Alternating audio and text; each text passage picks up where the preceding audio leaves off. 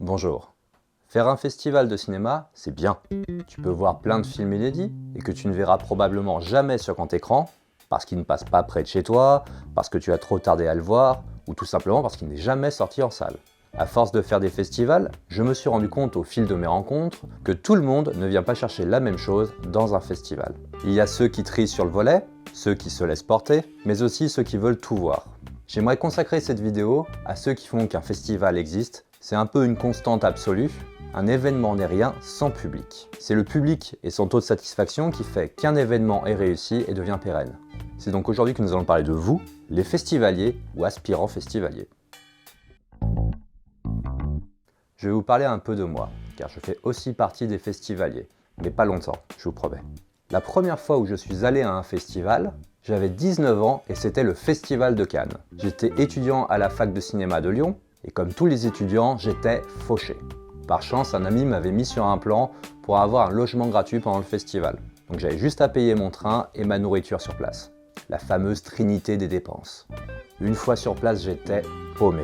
On était en 2007, donc avant les Wi-Fi gratuits, avant la démocratisation des smartphones, etc., etc.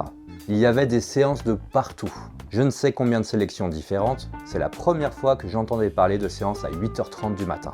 Savoir quel film passait à quel moment et dans quelle salle était l'objectif premier, sans parler de réussir à rentrer à la séance choisie. Ça, c'est encore autre chose. Car il faut préciser que la plupart des séances à Cannes sont gratuites, mais il faut s'accrocher pour avoir une place. À l'époque, j'étais motivé et tout ce qui comptait pour moi, c'était de découvrir des films, qu'importe lesquels. J'étais complètement open. T'es pas anglais, mec. Donc je l'ai joué au petit bonheur la chance et j'ai réussi à voir quelques films, notamment La nuit nous appartient de James Gray. Sacré souvenir. Oh oui. Pour ce premier festival, j'étais ce qu'on appelle un touriste. 15 ans plus tard, on peut dire que je n'ai plus exactement le même positionnement. Aujourd'hui, je vais vous proposer différents profils de festivaliers, en tout cas ceux que j'ai eu l'occasion d'observer. Avant de vous les présenter, je préfère préciser qu'il n'y a aucun jugement de ma part. Il y a énormément de facteurs qui font qu'on peut aligner les films ou pas. L'argent, c'est un bon exemple, et le temps aussi. Le touriste, il est là, il essaie, il tente, mais il ne s'est pas vraiment préparé auparavant. C'est un peu le néophyte, celui qui va par-ci, par-là, aux séances où c'est jouable. Je pense que tous ceux qui ont fréquenté un festival sont passés par ce stade. On a tous été touristes à un moment ou un autre. Et c'est très bien. C'est sûrement comme ça qu'on se rend compte si l'expérience festival est pour soi ou pas. Parce que mine de rien, faire un festival demande de la résilience, de la curiosité, de la patience et une capacité à pouvoir enchaîner les films. Sans oublier une certaine adaptabilité. Le tranquille. C'est celui qui va à un rythme plutôt relâché, comme 1 ou 2 films par jour. Il peut s'être renseigné sur des films, mais il se garde du temps. Pour lui, pour faire du tourisme, pour se faire des restaurants, des apéros ou autres.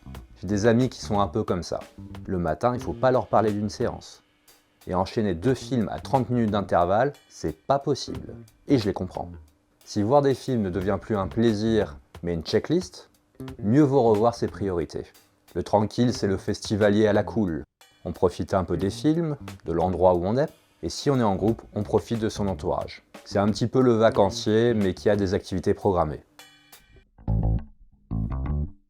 Le sélectif, maintenant, n'est pas forcément dans la même démarche que le tranquille, mais peut-être dans une même moyenne de films. Le sélectif ne veut pas tout voir. Il analyse les films proposés et choisit en fonction. Le sélectif, c'est peut-être le profil qui demande le plus de temps. Dans cette vidéo. Comment sélectionnent-ils leurs films? Ça peut être par goût affirmé, à la lecture du synopsis, à la vision de la bande-annonce, ou encore grâce au nom de l'auteur, des acteurs, de l'équipe en général. Il y a selon moi un autre type de sélectif, et je vais vous donner un exemple. Mai 2007, moi encore, toujours premier festival de Cannes. Je découvre dans une sélection, Cannes classique pour les connaisseurs, que Rio Bravo de Howard Hawks est projeté. Et il se trouve être le film préféré de Quentin Tarantino.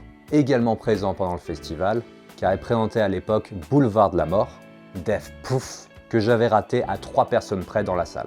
Mauvais souvenir, je préfère pas en parler. Comme beaucoup, j'étais fan de Tarantino. Je me suis dit que si je pouvais le capter, c'était là. That's a bingo! Pas le bon film. Le film est présenté par lui et Pierre Rissian. Il présente le film, s'assoit dans la salle, à quelques places dans la rangée derrière moi. À la fin de la projection, il commence à sortir, j'essaie de lui serrer la main, en bonne groupie. Il serre la main à mes 2 amis qui étaient avec moi, et quand arrive mon tour, un mec se présente à lui et lui offre une BD. Donc moi, à partir de là, je n'existais plus. T'as pleuré un peu? J'étais un peu dégoûté, mais n'empêche, j'ai redécouvert un super film. Fin de l'anecdote. Pour cette séance, j'ai été sélectif, mais pas dans le sens cinéphile, car je l'avais déjà vu Rio Bravo, mais pour le côté vedette, clairement. Avec mes amis, nous avions joué et nous avons gagné. Plus eux que moi, mais bon, ce sont les choses de la vie. Mon choix a été orienté pour des raisons peu cinéphiles, mais bon, on va pas se mentir, ce sont pour les invités que les foules se déplacent dans les festivals ou les événements en général. Et c'est ok, ça fait partie du jeu. Voilà donc pour les deux faces du sélectif. Les deux prochains profils, je les ai déjà évoqués dans ma vidéo « Comment organiser son programme de festival ».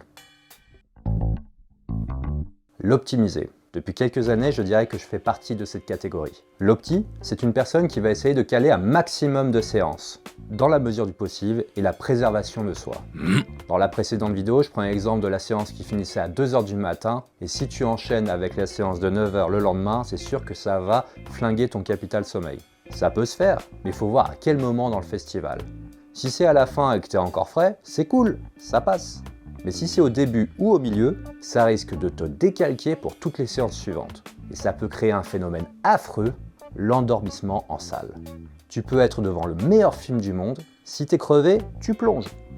Il manquerait plus que t'aies fait 2 heures de file d'attente pour assister à ton film, et là tu seras dégoûté total. Et enfin, le hardcore. Calme-toi. C'est une notion assez théorique, car en vérité je ne l'ai pas beaucoup observé. C'est celui qui essaie de tout voir, qui ne dort pas et qui mange en 144 secondes montre en main, mais qui possède une espérance de vie en festival assez limitée. Si vous êtes en forme, motivé et que l'argent n'est pas un problème, allez-y, tentez. D'expérience, ça peut se faire sur un festival de 3 à 4 jours.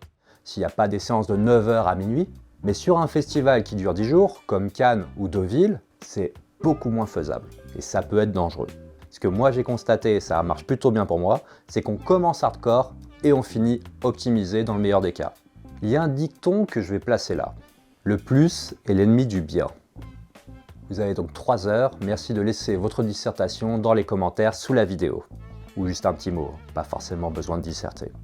Voici donc les 5 profils que moi j'ai pu observer. Si vous avez pu en voir d'autres, n'hésitez pas à me le dire dans les commentaires, ça fait toujours plaisir de pouvoir vous lire. Nous arrivons à la fin de cette vidéo, il était important pour moi de parler des personnes qui se déplacent dans les festivals, les festivaliers, car on remercie souvent les artistes ou les organisateurs, mais jamais assez les gens qui se déplacent. Donc, merci.